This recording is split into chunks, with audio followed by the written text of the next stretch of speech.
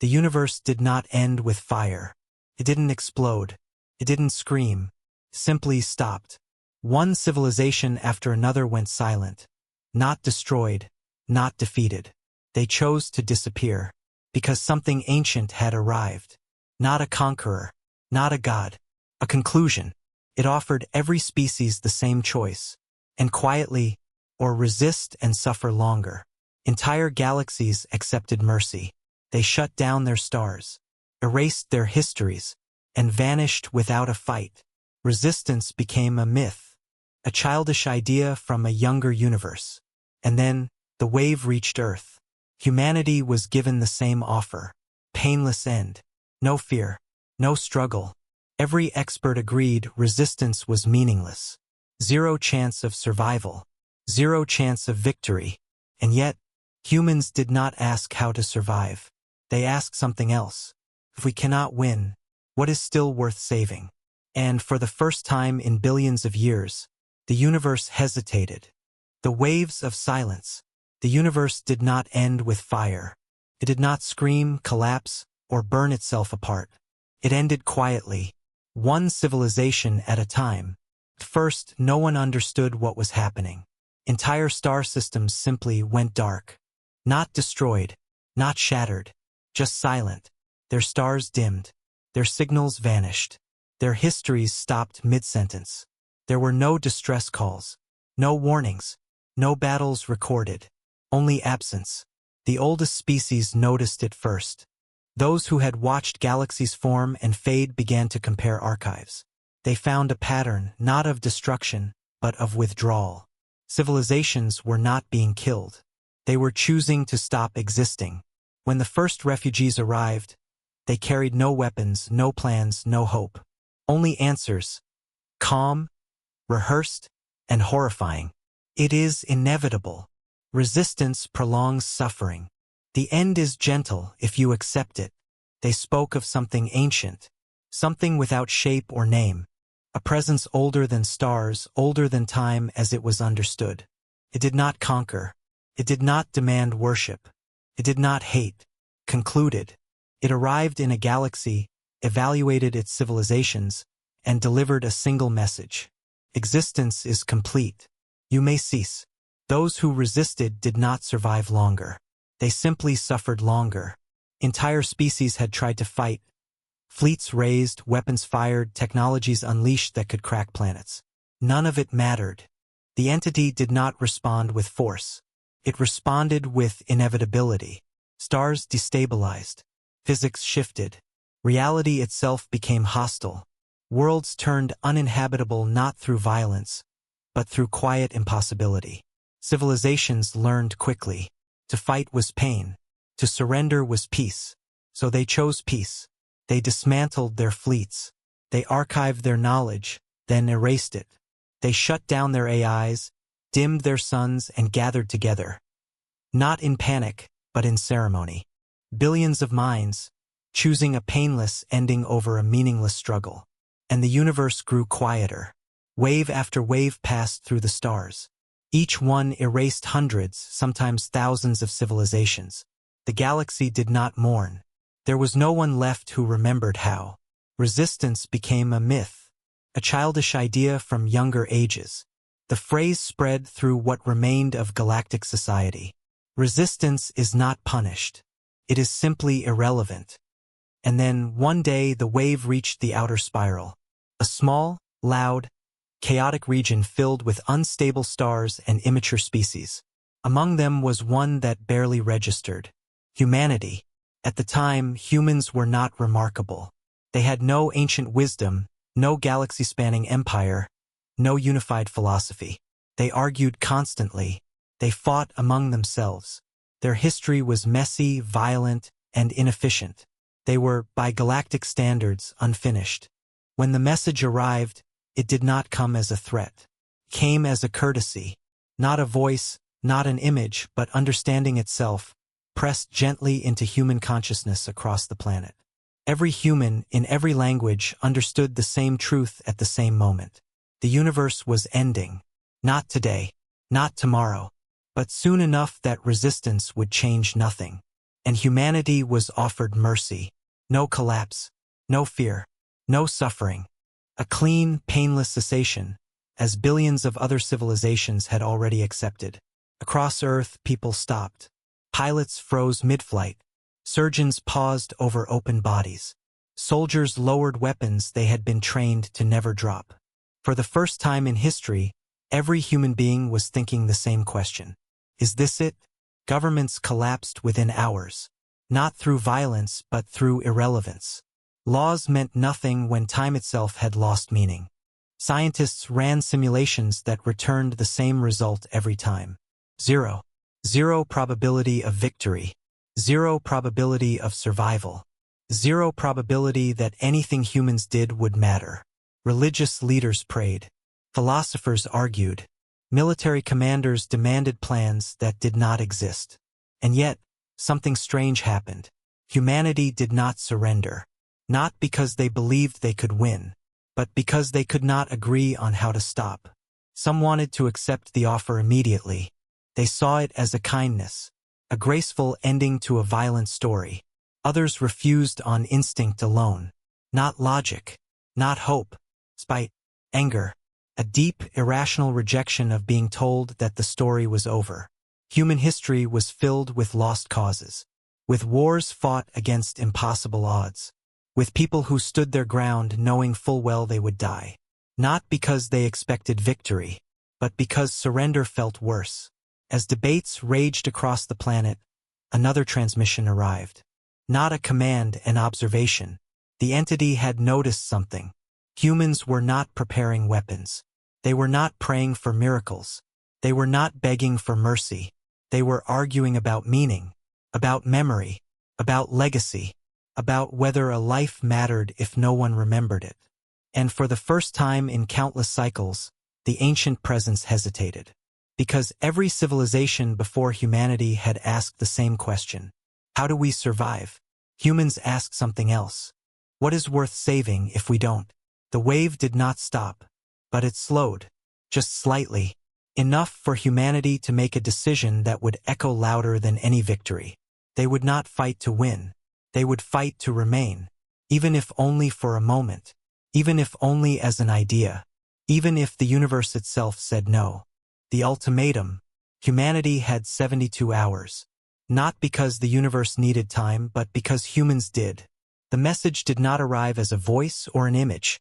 It arrived as certainty. A truth so absolute that it bypassed language entirely. Every human mind understood it in the same way. The offer was simple. Existence would end. Pain would not. No fear. No collapse. No final moments of terror. Just silence. For billions of other civilizations, this had been a mercy. A kindness granted by something that did not hate them enough to let them suffer. On Earth, the reaction was chaos, not of violence, but of meaning. Governments attempted to respond. Emergency councils were formed. Flags still flew over buildings whose authority no longer mattered. Military commanders asked for targets. Scientists asked for equations. Economists asked how long markets would last. None of it mattered. Every simulation returned the same result. There was no scenario in which humanity survived. The entity was not bound by space, not limited by time, not constrained by physical law. It did not invade. It rewrote. Weapons designed to shatter continents would never reach it. Fleets would never see it. There was nothing to fight, and humanity knew it. Across the planet, people gathered. Not in bunkers, but in living rooms, churches, schools, and empty streets. Some wept. Others laughed, hysterically, as if the universe had finally told a joke too cruel to process. Many accepted the offer immediately. They saw it as release. An end without hospitals, without war, without slow decay. Parents held their children and whispered that everything would be fine. And for once, they might have been telling the truth. Religious leaders were divided. Some called it judgment. Others called it mercy. A few called it a test, though none could explain what was being tested. Scientists argued late into the night, not about survival but about record-keeping. If nothing could be saved, could something be remembered? Was memory meaningless without a future mind to hold it? Philosophers debated the nature of existence itself. If a species knew the exact moment it would end, did that knowledge change the value of every life that came before? And beneath all of it, a darker question pulsed through every discussion. If resistance was meaningless, was surrender cowardice? Or wisdom? The entity observed all of it. It did not interfere. It did not rush. It had seen this before. Civilizations always followed the same pattern. Denial, fear, acceptance. Humanity, however, lingered in between. Something in the human response did not align with expectation. They were not unified by hope. They were unified by disagreement. Nations that had spent centuries at war now argued together, not about borders or power, but about meaning. Some demanded compliance. We cannot win. There is no honor in suffering. Choosing peace is not weakness. Others rejected the offer outright. An ending chosen for us is not mercy. If this is the end, it should be ours. No one gets to tell us when the story is over. But the most dangerous voices were not the loudest. They were the quiet ones. The ones who accepted the truth of extinction and still refused to stop. They did not talk about victory. They talked about delay, about buying time not to survive but to prepare. When the 72 hours reached their midpoint, the entity delivered a clarification. Resistance would not be punished. It would simply be erased. No faster, no slower, just as final. The message was not a threat. It was a correction. And yet, instead of ending the debate, it hardened it. Because humans noticed something. The offer assumed a single question. Do you wish to exist? But humans were asking something else entirely. What does it mean to exist? A species that had painted on cave walls long before it understood stars did not measure itself by duration alone. Humans told stories. They passed names across generations. They preserved mistakes. They remembered failures longer than successes. To many, survival without memory was meaningless. And extinction without memory was unacceptable. As the final hours approached, a decision began to form. Not unanimous, not peaceful, but human. Humanity would not accept a clean ending. Not because they believed they could change the outcome, but because they refused to let the universe decide what was worth keeping. The entity sensed the shift. Probability curves did not change. Outcomes did not improve. But something else did. Resolve. For the first time in its long existence, the ancient presence encountered a civilization that acknowledged inevitability, and still prepared to resist it, not with weapons, but with purpose. What we chose to save. Humanity did not announce its decision. There was no single vote, no declaration, no moment where the world spoke with one voice. Instead, something quieter began to spread, a shared understanding. If survival was impossible, then preservation became everything. The first projects were small. A teacher in an empty classroom recorded herself reading children's stories into a device she knew would never be played for human ears. A linguist archived dead languages that even Earth had forgotten. A musician stayed awake for 3 days, recording one final piece, not to be remembered, but to exist. Across the planet, the same question was being asked in 1,000 different ways. If we are erased, what should remain? Governments, finally stripped of power, found one last use. They opened everything. Classified archives, hidden histories, buried mistakes.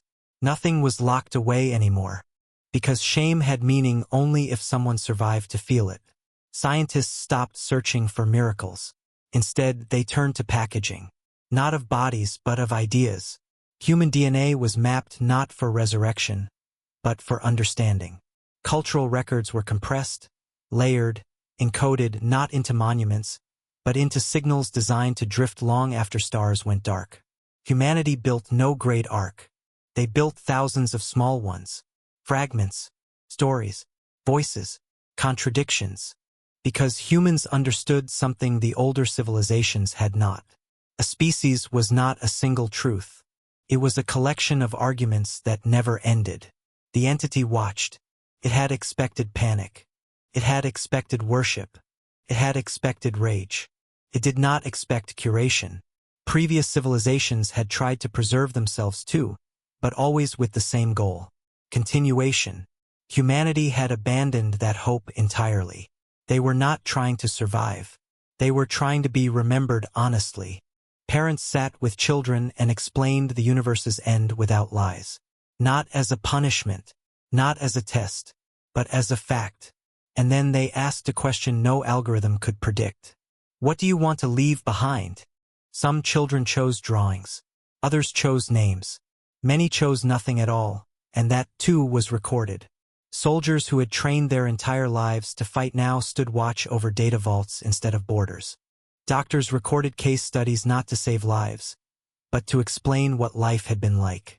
Artists refused to summarize. They left contradictions intact.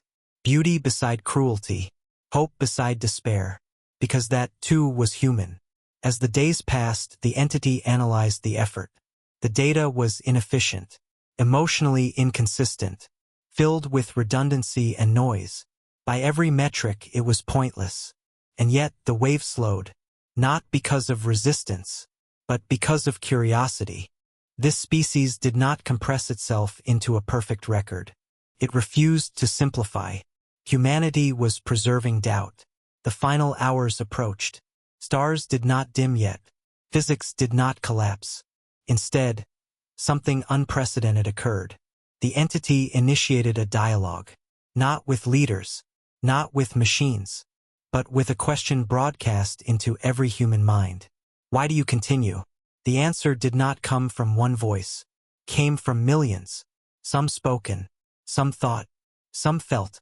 Because someone might find this. Because forgetting feels like a second death. Because even endings should have witnesses.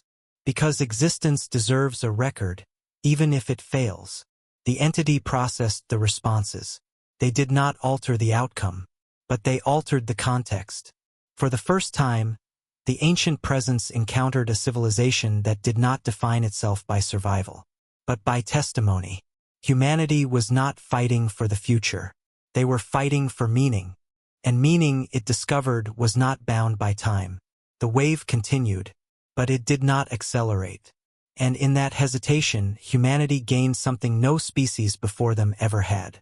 A moment to decide how they would be remembered. Not as victims, not as conquerors, but as a species that looked into the certainty of extinction, and chose to leave a message anyway. The war for time. Humanity never called it a war. Wars were fought to win. This was different. There were no battle plans promising victory. No speeches about turning the tide. No illusions left to protect. What remained was time, and the decision to spend it fighting anyway. The first acts of resistance were almost invisible. Human ships did not attack the entity. They attacked probability. They altered trajectories, triggered gravitational noise, seeded regions of space with chaotic data, not to stop the wave, but to complicate it. Each action forced the universe to recalculate. Each recalculation took time, seconds at first, then minutes. It was nothing, and it was everything. Human engineers knew they were not buying survival. They were buying moments. Moments for archives to finish encoding. Moments for voices to be recorded. Moments for one more message to be sent. Human fleets burned out engines pushing beyond safety limits, not to escape, but to distract. They sacrificed themselves not as heroes, but as obstacles, as delays. Across the solar system, installations were activated with no expectation of return.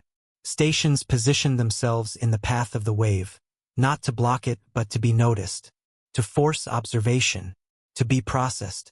The entity responded without anger. Stars destabilized. Fields collapsed. Ships vanished mid-signal. But something had changed. The wave no longer moved with perfect efficiency. Human resistance introduced noise, and noise demanded attention. The entity began to allocate resources, not to defeat humanity, but to understand why it refused to disappear quietly. Human commanders did not celebrate victories. They marked timestamps. Every extra second earned was logged. every delay recorded, because time itself had become the battlefield. On Earth, the sky changed, not with fire but with absence. Stars dimmed at the edges of the night. Constellations humanity had named for tens of thousands of years began to lose their shape. Children noticed first. They asked why the sky was breaking.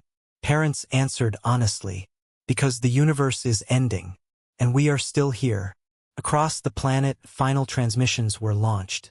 Not pleas, not threats, messages, fragments of music, languages without translation, images of oceans, forests, cities, not as they were at their best, but as they truly were. Flawed, loud, alive. Humanity was not trying to convince the entity to stop. They were trying to force it to witness. The cost was absolute. Entire fleets were erased without acknowledgement. Generations of effort vanished in seconds. But the effect accumulated. The wave slowed further. Not because it was weakened, but because it was engaged. For the first time in its existence, the ancient presence faced a civilization that refused to optimize for mercy. Humanity had chosen inefficiency, had chosen friction, had chosen to matter even briefly. The entity initiated deeper analysis. Why would a species expend so much effort for a future it knew it would never see?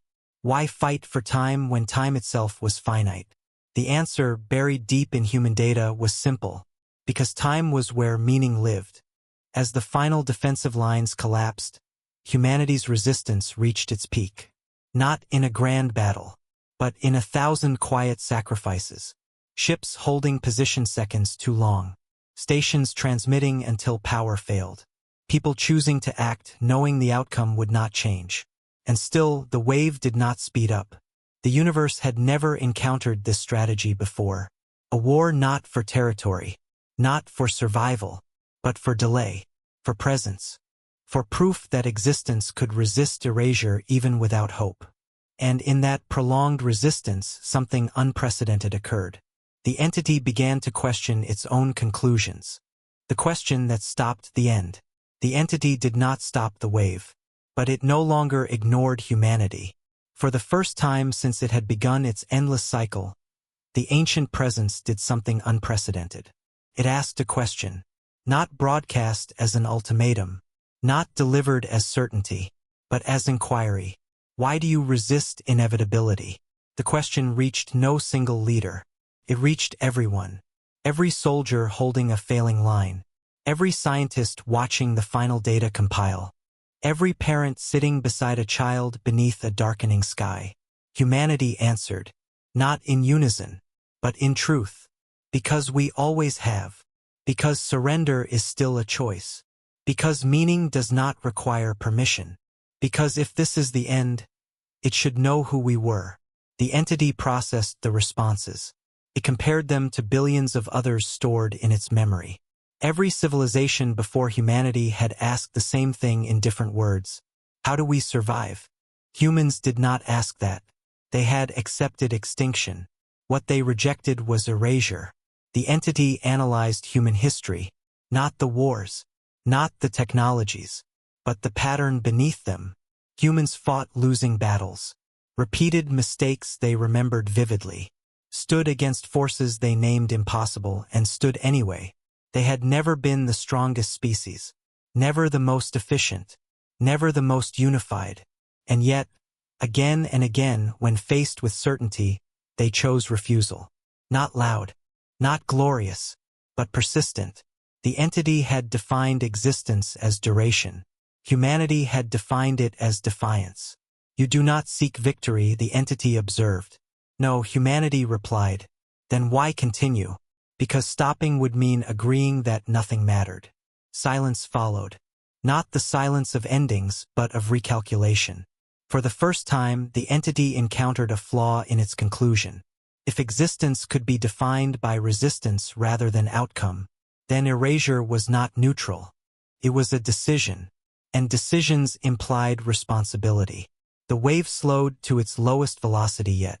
Stars remained dim but stable. Physics held. For the first time in its existence, the entity did not advance. It did not retreat either. It paused. You are aware that this changes nothing, it said. We know, humanity answered. Then why does this matter? Because you asked. The entity searched for precedent. There was none. Civilizations had begged. They had threatened. They had prayed. None had answered inevitability with identity. None had accepted the end and still demanded to be witnessed. The entity reached a conclusion it had never computed before. Humanity was not a variable in the universe. It was a challenge to its definition. You are not the strongest, the entity stated. We never were. You will not survive. We know. Then what are you? Humanity's answer was quiet, unanimous without coordination. We are the ones who do not stop. The entity withdrew its attention. Not in defeat, but in acknowledgement. The wave resumed but altered. No longer absolute. No longer silent. Traces of humanity's signals were allowed to persist. Fragments drifted beyond collapse. Messages embedded deeper than extinction protocols had ever accounted for.